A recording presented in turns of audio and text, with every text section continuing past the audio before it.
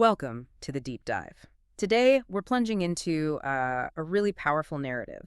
It's a story that kind of rips away the veneer of everyday life. Hmm. It exposes these intense pressures, some gut-wrenching choices, and, well, the fierce resilience of someone navigating a particularly challenging world. Yeah. This isn't just a story, It's more like a window into a life. It offers these profound insights into the human experience when it's pushed right to its absolute limits. Indeed.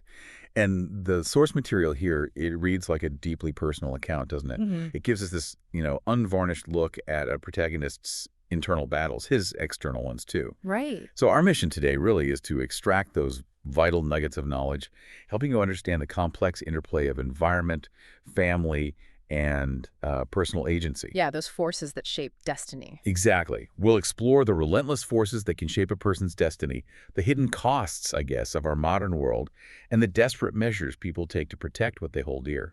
Okay, so let's step right into Sean's daily grind then. This narrative paints an incredibly vivid, almost visceral picture of his life working in this chicken factory. It really does. Imagine the street lights dimmed by the threat of dawn and that hollow scraping sound of his wellies. He's trudging along the pebble dash of Cadge Road to the bus stop. Mm-hmm. Early morning. Yeah, with his Uncle Albert and cousin Rab. And there's this incredible line where Sean feels just gutted, completely trapped. He's thinking more like 6 months until he's free from debt, not just 10 hours to go until the end of his shift. God, that's heavy. It is. And Rab, his cousin, he's still got that youthful energy, that swagger. It's such a stark contrast to Sean, who knows those 12 years in the factory will take the swing out of his shoulders. Right. You understand right from the start he feels like a prisoner of the factory. And this isn't just a feeling, is it? The narrative starkly reveals how the convenience we often take for granted, Yeah. how it's built on this profound, often unseen psychological and physical toll. Yeah, the cost. What's striking here is how the story just immediately dismantles any idyllic public image, the fresh chickens from a red brick farmyard with Popal foxgloves. Yeah, that fantasy version. Totally. Instead, we're shown the brutal, mechanical reality. Chickens arriving in shoebox-sized containers, then hung by the ankles on a hook, subjected to an electric current that stops their hearts, before rubber wheels grind the feathers from their skin. And by the time they even get to Sean, they've already been eviscerated and beheaded. Wow. It's a grim reality, isn't it? Oh. Sitting behind every supermarket chicken. It really forces you to question the true, often invisible human costs embedded in the stuff we consume every day. It's astonishing, yeah. And the toll this takes on Sean is just immense. His station, it's this repetitive bum-titty rhythm. Yeah, that description. It's crude, but you get it immediately. It's the sound of his task over and over. And to combat the sheer soul-crushing boredom, he tries these small acts of defiance, like blowing smoke rings or creating patterns in the grease on the conveyor belt, even spitting onto it, just watching it disappear. It's almost heartbreaking, these desperate little measures against the monotony. Mm-hmm. Fighting back in tiny ways. But he doesn't just passively endure it, does he? He escapes into these incredible internal fantasies. Right, the mental escapes. Sometimes he's a boxer, seeing himself as Ollie's steaming foreman against the chickens. Other times, a war hero, Sergeant O'Grady leading the Royston Rifles, battling not just the birds, but the crushing weight of his whole existence. Wow. He literally says he's getting paid £5 an hour for practice for Friday night. It's his way of coping, I suppose. Indeed, those small acts of rebellion and the vivid fantasies are so crucial. They highlight a central insight, don't they? That even in the most dehumanizing environments, the human spirit instinctively seeks agency, seeks escape. Yeah, it has to find a way. It's a powerful illustration of how the mind creates its own space, when the physical world offers, well, basically none. It reinforces that idea that the prisoner of the factory isn't just physically confined, Right. but mentally fighting for survival against this overwhelming sense of powerlessness. Sean's life, though, it isn't solely defined by the factory floor. It's deeply, deeply entangled with his family and this relentless mounting pile of debt. The other pressures. His childhood memories, they're tinged with hardship, his mother's death particularly. That led him and his older cousin, Archie, to live with their Uncle Albert. And Archie sounds like trouble from the start. Oh, yeah. Even young, he was a troublemaker. Right. Running away to London, fights, eventually landing in Glenakill, that's a prison facility for stealing cars, breaking into a post office. Right. Archie himself apparently claimed Glenakill made a man of him.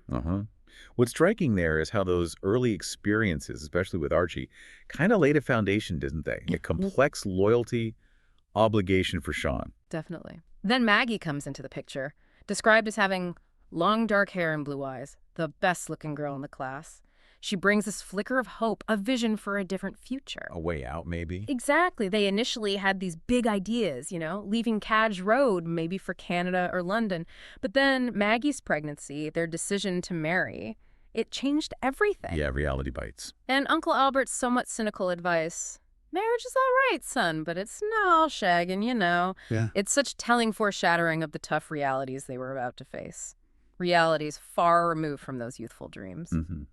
And those realities quickly descended, didn't they? Fueled largely by this spiraling debt. Oh, massively. Sean was looking after 50 bar of Archie's money. That's 50,000 pounds, a huge amount. Wow. And in this moment of desperate hope, he risked it all on a sure-thing gambling tip, a horse named Angel's Delight. Oh. Yeah.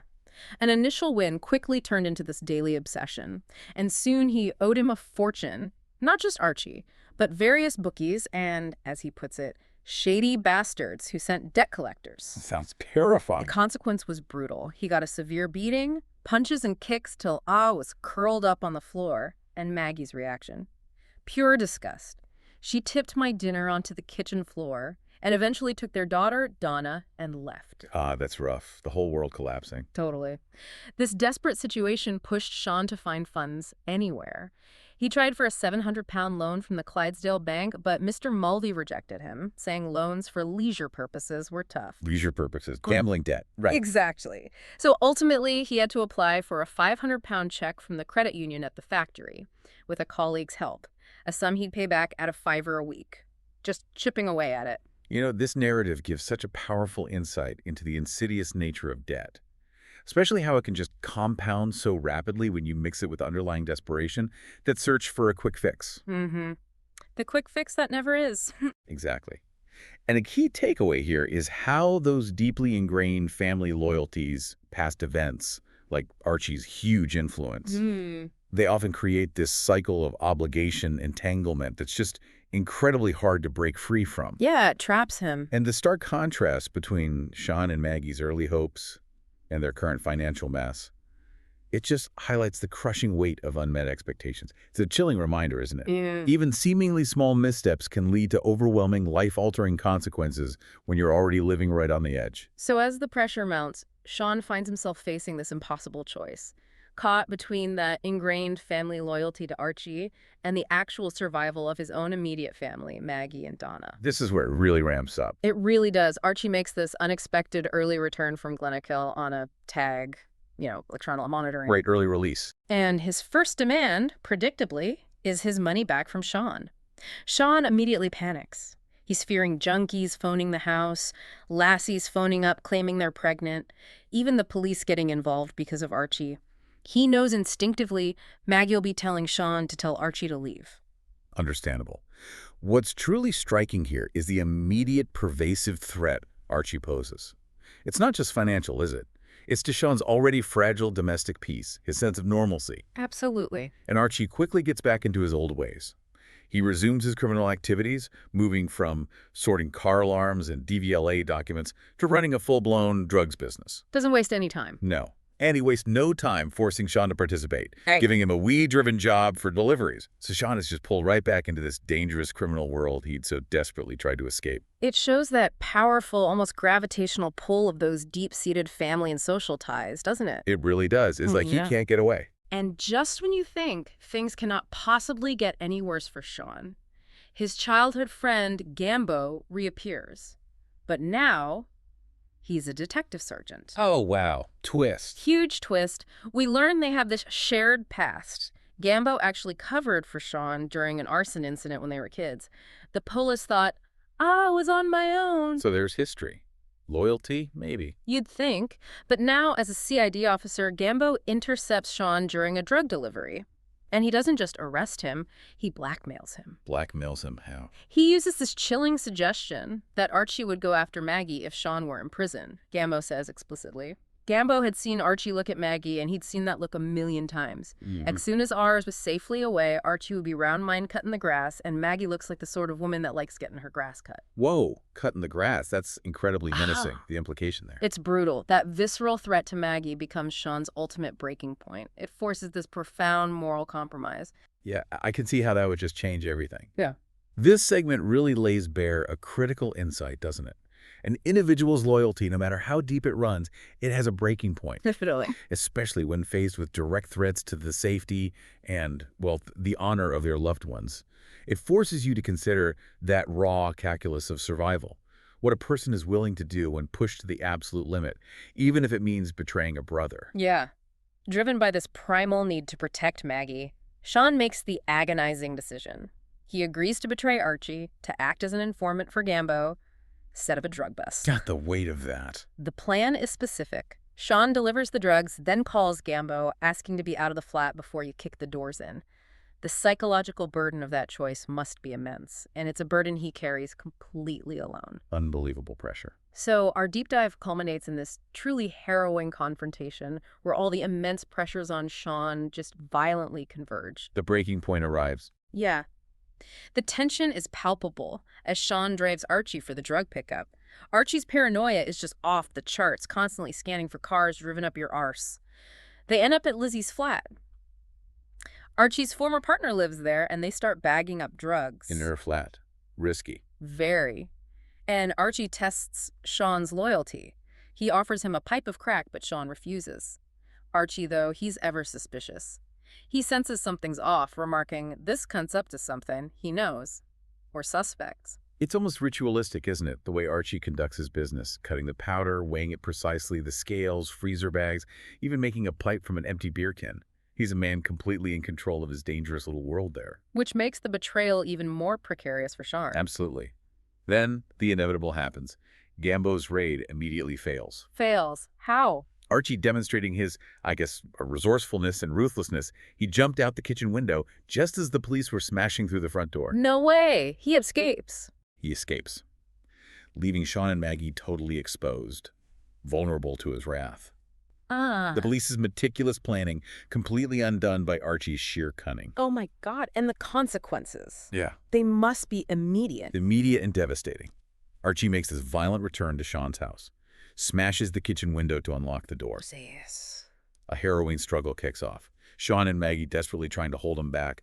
Archie, just consumed by rage, punches Sean hard. Then he turns his aggression onto Maggie, lifts her up, starts shaking her by the neck, calling her a dirty fucking slut. The language. The violence. It's palpable. And this is the ultimate breaking point for Sean. In this desperate primal act to protect Maggie, he grabs a knife from the sink. Oh, and in this furious arc, plunges it into Archie's back. Then he repeatedly stabs him in the neck till Archie's slumped like a battleship in a frothing sea of blood, finally hitting the floor. Dead. Wow. Just wow. This brutal convergence. All the external pressures that have been building throughout Sean's story, leading to this one singular act of extreme violence. Yeah. It's truly striking. And Sean's reaction. His immediate stunned realization, I've fucked it now. It just perfectly encapsulates the irreversible nature of his choice, the profound shock of what he's just done. Yeah, no turning back. Yet, Maggie's response initially is one of relief. Well, he's got his money now, so that should be it finished. It underscores the sheer desperation, the kind of twisted logic of survival in their world. That's chilling in a way. It powerfully illustrates a central insight, I think. In a life constantly buffeted by external forces, economic hardship, criminal entanglement, crushing family obligation, personal agency often feels elusive, doesn't it? It only truly emerges in these moments of extreme crisis. Like fight or flight, almost. Exactly. Sean's internal battle, right from his emperor fantasies of control down to his actual deeds, it highlights that profound human struggle for self-determination, even when the consequences are irreversible and utterly tragic. Well, this deep dive into Sean's world, it's been a stark reminder, hasn't it, of the immense interconnected pressures that can shape a life. From the soul-crushing routine of that factory to the suffocating grip of debt, the dangerous loyalties of family. We've really seen how deeply these forces weave together to dictate someone's fate. And the narrative powerfully underscores the idea that sometimes the most significant choices we have to make aren't really between good and bad, are they? No. They're between one terrible option and another. Yeah, no easy answers. It makes you consider that incredibly fine line between being, I guess, a victim of circumstance and an active participant in your own destiny. So thinking about all this, what does it all mean for you, the listener? Well, this deep dive really leaves us to ponder, doesn't it? Mm. In a world where so many people feel trapped by unseen systems or maybe inherited situations, how much of our character, how much of our choices are truly our own, and how much are dictated by these relentless currents of our environment? And perhaps, most profoundly, how do we even define a better life when, for someone like Sean, simply surviving feels like an impossible victory?